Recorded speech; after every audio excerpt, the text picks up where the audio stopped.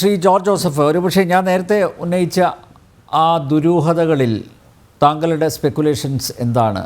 ഇതിപ്പോൾ 5 വർഷമായി അല്ലേ? 13ാമത്തെ വയസ്സിലാണ് പെൺകുട്ടി ആൺ സുഹൃത്തിനാൽ പീഡിപ്പിക്കപ്പെടുന്നത്. 5 വർഷത്തിനിടയിൽ 62 പേർ പീഡിപ്പിച്ചു എന്നാണ് പറയുന്നത്. ഇതിൽ 42 പേരെ പോലീസ് ഇതിനകം തിരിച്ചറിഞ്ഞിട്ടുണ്ട് അല്ലേ? ഏറ്റവും അടുത്ത ആളുകളോടെങ്കിലും ഈ കുട്ടി പീഡന വിവരം പറഞ്ഞിട്ടുണ്ടാവില്ലേ അല്ലേ? രക്ഷിതാക്കളോട് പറഞ്ഞിട്ടുണ്ട്. ഇപ്പോൾ പുറത്ത് സുഹൃത്തുക്കളോട് പറയണമെന്നില്ല, രക്ഷിതാക്കളോട് ഒരു പക്ഷേ പങ്കുവച്ചിട്ടുണ്ടാവും. അത് മറച്ച് വെച്ചതാണോ? ഇനി പൊതുസമൂഹത്തിൽ ഇത് അറിയുന്നതിലുള്ള നാണക്കേട് കൊണ്ടായിരിക്കുമോ? എന്താണ് എന്ന് വ്യക്തമാകുന്നില്ല. എന്തായിരിക്കാം അതിൻ്റെ ഒരു കാരണം?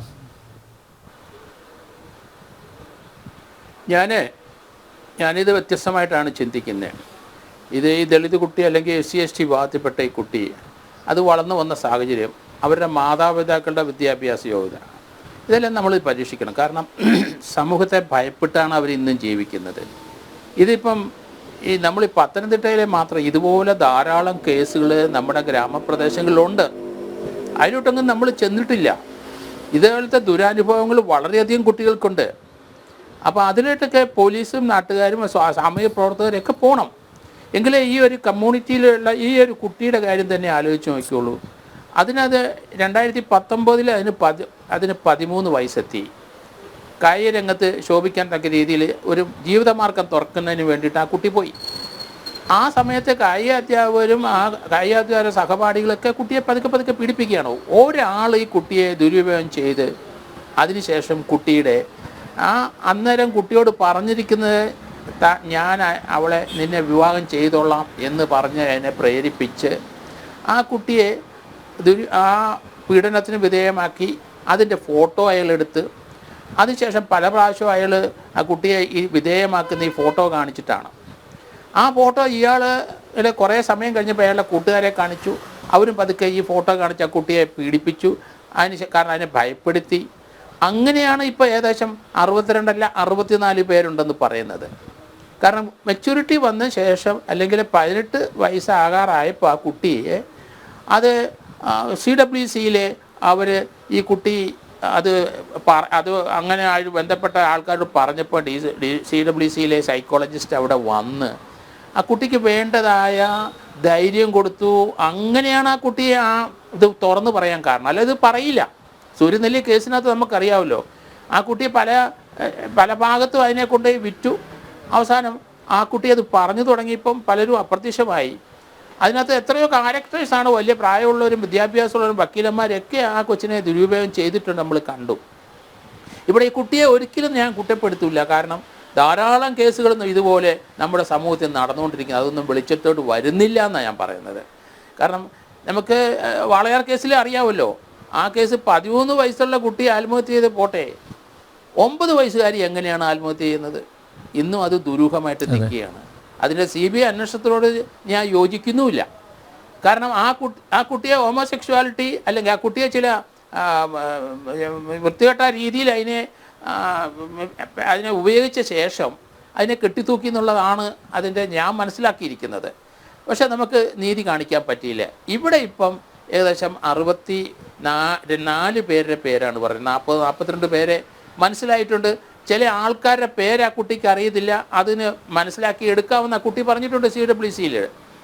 അപ്പോൾ ഇതിനകത്ത് ആവറേജ് നമ്മൾ നോക്കിയാൽ 18 വയസ്സിനും 32 വയസ്സുള്ള ചെറുപ്പക്കാരാണ് കൂടുതൽ ഇൻവോൾവ് ചെയ്തിരിക്കുന്നത്. ഒരാൾ മാത്രം 18 വയസ്സിനകത്ത് മൈനറായ ഒരാൾ, പിന്നെ 2 പേര് ബ്രദേഴ്സാണ്. അപ്പോൾ ഓപ്പർച്യൂണിറ്റി കിട്ടുന്ന എല്ലാവരും യൂസ് ചെയ്യുകയാണ്. നമുക്കിതിന് എന്തായാലും ഒരു പ്രതിവിധി വേണം. എന്ത് ചെയ്യണം? നമ്മൾ കുട്ടികളായിട്ടൊക്കെ ബാഡ് ടച്ച് ഗുഡ് ടച്ചൊക്കെ നമ്മൾ പഠിപ്പിച്ചിട്ടുണ്ട്. 5ാം ക്ലാസ് മുതൽ ലൈംഗിക വിദ്യാഭ്യാസം കൊടുത്തേ പറ്റൂ. കാരണം 9ാം ക്ലാസ്സുകാരനല്ല 10ാം ക്ലാസ്സിൻ്റെ അടുത്ത് പറയുന്ന അത്രയും ഇല്ലെങ്കിലും ഒരു ഗുഡ് ടച്ച് ബാഡ് ടച്ച് അങ്ങനെയുള്ള ചില ഇതൊക്കെ ഇവർക്ക്, കാരണം അവർക്ക് 10 വയസ്സ് മുതൽ അവർക്കിത് മനസ്സിലാവും. അപ്പോൾ അതുകൊണ്ട് 5ാം ക്ലാസ്സാണ് ഞാൻ ഉദ്ദേശിക്കുന്നത്. 5ാം ക്ലാസ് വരെ തുടർച്ചയായിട്ട് 10ാം ക്ലാസ് വരെ 18 വയസ്സ് വരെ എത്തുന്ന സ്ഥലം മുഴുവൻ ഇവർക്ക് സൈക്കോളജിസ്റ്റുകളും നല്ല ആൾക്കാരെ വിളിച്ചിട്ട് ക്ലാസ് എടുക്കണം. അത് ഇനി കമ്പൽസറി ആയിട്ട് നടത്തേണ്ടിയിരിക്കുന്നു. കാരണം ഇതുപോലെയുള്ള വലിയ വലിയ സംഭവങ്ങൾ പല സ്ഥലത്തും നടക്കുന്നവർ റിപ്പോർട്ട് ചെയ്യുന്നില്ല, ഭയപ്പെട്ടിട്ട്. അത് തന്നെയല്ലേ നമ്മൾ ഒരു 18 വയസ്സുകാരൻ്റെ മനസ്സല്ലല്ലോ ഈ കൊച്ചുങ്ങൾക്ക്.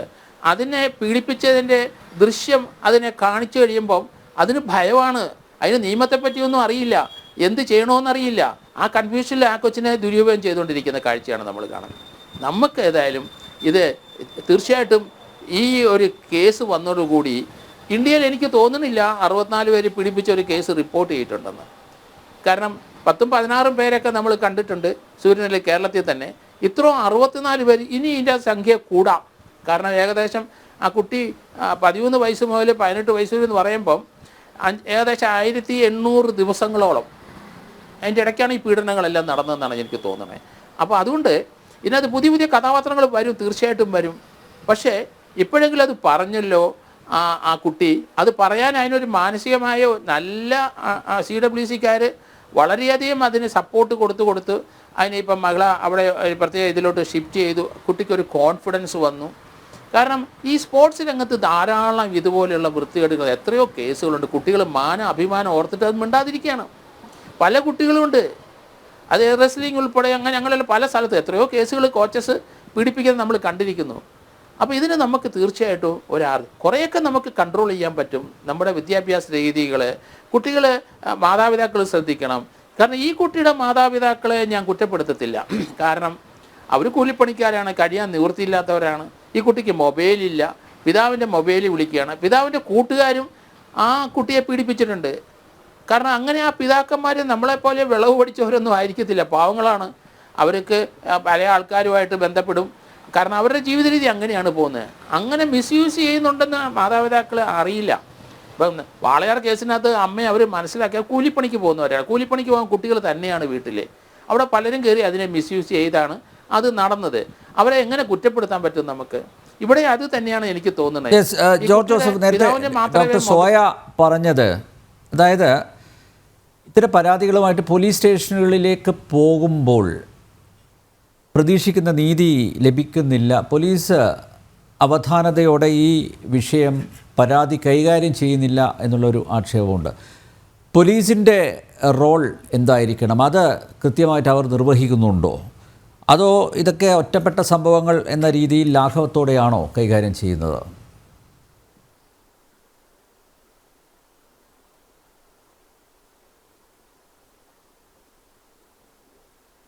കാരണം പോലീസ് സ്റ്റേഷനിൽ കിട്ടുന്ന എല്ലാ ദിവസത്തെ പരാതി അത് FIR എടുക്കുകയല്ല, പെറ്റീഷനായിട്ട് കിട്ടുകയാണ്. അതിനകത്ത് ഇങ്ങനെയുള്ള കാര്യങ്ങൾ ധാരാളം ദിവസം ഒരു 50 പെറ്റീഷൻ വരുന്ന പോലീസ് സ്റ്റേഷനാണെങ്കിൽ 10 പെറ്റീഷനെങ്കിൽ ഇതുപോലെ കാര്യങ്ങൾ പറഞ്ഞു പോകുന്നുണ്ട്. ഇതിന് കോഗ്നിസൻസ് എടുക്കാനുള്ള സംവിധാനം നമുക്കില്ല. അപ്പോൾ അവർ കുറച്ച് സെലക്റ്റീവ് ആവുമെന്ന് എനിക്ക് തോന്നുന്നു. എങ്കിലും നമുക്ക് ഒരു കുട്ടിയെ, ഒരു മൈനറായ കുട്ടിയെ ആരെങ്കിലും പിടിപ്പിച്ചെന്ന് പരാതി വന്നാൽ അത് മാൻഡേറ്ററി ആയിട്ട് അവർ കേസ് എടുത്തേ പറ്റുള്ളൂ. അത് പിന്നെ റെഫർ ചെയ്ത് തെറ്റാണെങ്കിൽ റെഫർ ചെയ്ത് നമുക്ക് കളയാമല്ലോ. കാരണം ആ കുട്ടിയെ പരിരക്ഷിക്കേണ്ട, അതിന് വേറൊരു സൂയിസൈഡിലേക്ക് പോകാതിരിക്കേണ്ട കടമ ആ പോലീസ് ഉദ്യോഗസ്ഥർക്കും നമ്മുടെ ആ കുട്ടിയുടെ പേരൻസിനും സമൂഹത്തിനും ഉണ്ടെന്ന് നമ്മൾ വിചാരിച്ചോണം.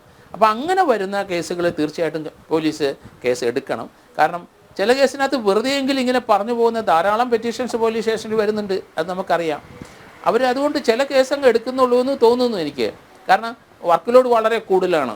ഇപ്പം ഇത് തന്നെ നമ്മൾ ആലോചിച്ചോണം. ഇത് ഇലവന്തിട്ട പോലീസ് സ്റ്റേഷനിലും പത്തനംതിട്ട പോലീസ് സ്റ്റേഷനിലും SC/ST വന്നുകൊണ്ട് DOSP അന്വേഷിച്ചേ പറ്റുള്ളൂ.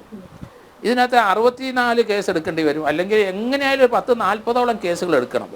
മാസമായിട്ട് ഈ കുട്ടിയെ കൊണ്ടുപോയി 3 പേര് ഒന്നിച്ചു കൊണ്ടുപോയി പീഡിപ്പിച്ചിട്ടുണ്ട്.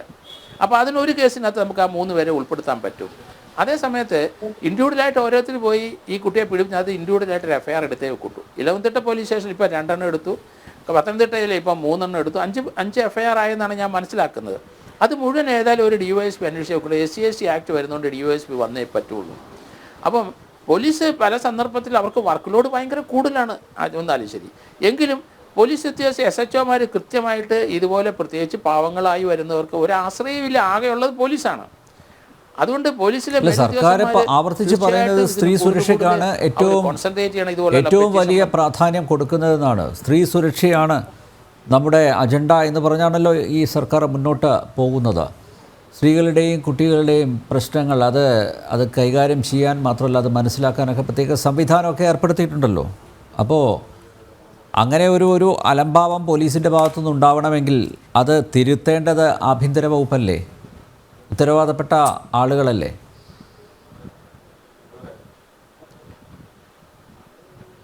അത് തീർച്ചയായിട്ടും അത് ആഭ്യന്തര വകുപ്പ് ആ കാര്യം ശ്രദ്ധിക്കണം. കാരണം ഏത് പോലീസ് സ്റ്റേഷനിലായാലും കേരളത്തിലെ 18 വയസ്സിനകത്തുള്ള ഒരു കുട്ടിയുടെ ഒരു ആരോപണം ഇതുപോലെ വന്നാൽ അത് ഒത്തീർപ്പാക്കാനോ അതിന് വിളിക്കാനോ അല്ല, ഇമ്മീഡിയറ്റ് ആയിട്ട് FIR എടുക്കുക എന്ന് മാത്രമേ ഉള്ളൂ അതിന് പ്രതിവിധി. അങ്ങനെ ഒരു ഇൻസ്ട്രക്ഷൻ ആഭ്യന്തര വകുപ്പ് തീർച്ചയായിട്ടും കൊടുക്കണം. പലയിടത്ത് അത് ഡിലേ വരുന്നുണ്ട്. ഡിലേ വരുമ്പോൾ പല പല പ്രശ്നങ്ങളും ഉണ്ടാകുന്നുണ്ട്. അതിൻ്റെ എവിഡൻസ് നശിച്ചു പോകും. അതൊക്കെ കൃത്യമായിട്ട് ക്ലാസ് എടുക്കുമ്പം ഇവർക്കൊക്കെ പറഞ്ഞു കൊടുത്തിട്ടുള്ള കാര്യങ്ങളാണ്. ഏതെങ്കിലും ഒരു കുട്ടി അങ്ങനെ വന്നിട്ടുണ്ടെങ്കിൽ ഇമ്മീഡിയറ്റ് ആയിട്ട് അതിന് കേസെടുക്കാൻ, കുട്ടിയുടെ ഡ്രസ്സൊക്കെ നമുക്ക് പെട്ടെന്ന് തന്നെ പ്രിസർവ് ചെയ്യണം, വേറെ ഡ്രസ്സ് കൊടുക്കണം. ആ കുട്ടിയുടെ മൊഴിയെടുക്കുന്ന ഒരു വനിതാ പോലീസായിരിക്കണം, അല്ലെ വനിതാ SI ആയിരിക്കണം. അതിനെ ഇമ്മീഡിയറ്റ് ആയിട്ട് ഹോസ്പിറ്റലിൽ കൊണ്ടേക്കാം. ഇതൊക്കെ വളരെയധികം ചടങ്ങുകൾ, എവിഡൻസ് കളക്ട് ചെയ്യേണ്ട കാര്യങ്ങളാണ്. അതുകൊണ്ട് പോലീസ് ഉദ്യോഗസ്ഥരാണ് ആഭ്യന്തര വകുപ്പ് അത് വളരെ ശ്രദ്ധിക്കണം. 18 വയസ്സിനുള്ള ഒരു കുട്ടിയെ, ഒരു പെൺകുട്ടിയെ ഇതുപോലെ ആരെങ്കിലും പിടിപ്പിച്ചെന്ന് വന്നാൽ ഇമ്മീഡിയറ്റ് ആയിട്ട് ചെയ്യേണ്ടതെല്ലാം ക്ലാസ് എടുത്ത് നിങ്ങളെല്ലാം പഠിപ്പിച്ചിട്ടുണ്ട്. പക്ഷേ അത് ഇംപ്ലിമെൻറ്റ് ചെയ്യണം. അത് ആ കൺസേൺഡ് SP മാരും DYSP മാരും അതിൻ്റെ പുറകെ നിന്ന് വിജിലൻ്റായിട്ട് ഇരുന്നെങ്കിൽ മാത്രമേ നമുക്ക് ഇതുപോലുള്ള സംഭവങ്ങൾ റിപ്പീറ്റ് ചെയ്യാതിരിക്കാനെങ്കിൽ കുറേയൊക്കെ സഹായിക്കാൻ പറ്റുള്ളൂ. അതുകൊണ്ട് ആഭ്യന്തര വകുപ്പ് അടിയന്തരമായിട്ട് തീർച്ചയായിട്ടും കാരണം. പക്ഷേ വേറൊരു കാര്യമുണ്ട്. ഇപ്പം തന്നെ നമുക്ക് ഒരു ഹണി റോസിൻ്റെ കേസെടുത്തോടുകൂടി ഇതുപോലത്തെ ചില പ്രയോഗങ്ങൾ, വളരെ മോശമായ അവരുടെ കമൻറ്റുകൾ, അതിനൊക്കെ ഒരു പരിധി വരാനായിട്ട് ആ കേസ്. കാരണം രണ്ടുപേരും VIP-കളാണ്. അപ്പോൾ ഞാനതിൽ ഇന്നലെ കമൻറ്റ് ചെയ്ത് അങ്ങനെയാണ്. കാരണം ബോച്ചെ എന്ന് പറയുന്ന ആൾ സോഷ്യൽ മീഡിയയിൽ 1.5 ലക്ഷം ഫോളോവേഴ്സ് ഉണ്ട്. അത് വെച്ചാൽ ഈ നവ്യ ഹണി റോസിനാണെങ്കിലും അറിയപ്പെടുന്ന സിനിമാ നടിയാണ്. അപ്പോൾ അതിനകത്ത് കൂടുതൽ അങ്ങോട്ടും ഇങ്ങോട്ടും ഒത്തിരി കമൻറ്റുകൾ ഇട്ട് വരുമ്പം അതിനകത്ത് നടപടി ശക്തമാകുമ്പം അതിന് തീർച്ചയായിട്ടും ആ രീതിയിലുള്ള ഭാഷ ഉപയോഗിക്കാൻ എല്ലാവരും ഒന്ന് മടിക്കും. അത് നല്ല കാര്യമാണ് അങ്ങനത്തെ കേസ്. പക്ഷേ പല കേസിനകത്ത് നമുക്ക് ആഭ്യന്തര വകുപ്പ് നീതി കൊടുക്കാൻ കഴിയാതെ പോകുന്നു. കാരണം അത് കാരണം അതാണ് ഇനിഷ്യലായിട്ടുള്ള സ്റ്റേജിൽ തന്നെ. കാരണം ഈ വാളയാർ കേസിനകത്ത് ആദ്യത്തെ അന്വേഷണം പാളിയെന്നാണ് ഞാൻ പറയുന്നത്. അവിടെ കൊണ്ടാണ് പാളി. അതിനകത്ത് പ്രതികൾ പ്രത്യേക രാഷ്ട്രീയ പാർട്ടിയുടെ വർക്കേഴ്സാണ്. അപ്പോൾ അതുകൊണ്ടായിരിക്കണം ആദ്യത്തെ അത് പാളിപ്പോയി. അവിടെ പോലെ രക്ഷിതാക്കളെയും സത്യസന്ധമായ ഒരു അന്വേഷണം നടന്നിട്ടേ ഇല്ലാന്ന്. അതെ, അതുകൊണ്ടാണ് ഞാനത് പറഞ്ഞത്. കാരണം അതുങ്ങൾ കൂലിപ്പണിക്ക് പോകുന്നവരാണ്. അവർ ഈ കുട്ടിയെ ഇപ്പോൾ അവർ കുട്ടികളുടെ അമ്മ കുറച്ചൊക്കെ ഈ കേസിലും അത് സംഭവിക്കാം, കുറച്ചൊക്കെ സംസാരിക്കാൻ അറിയാം. പക്ഷെ അന്ന്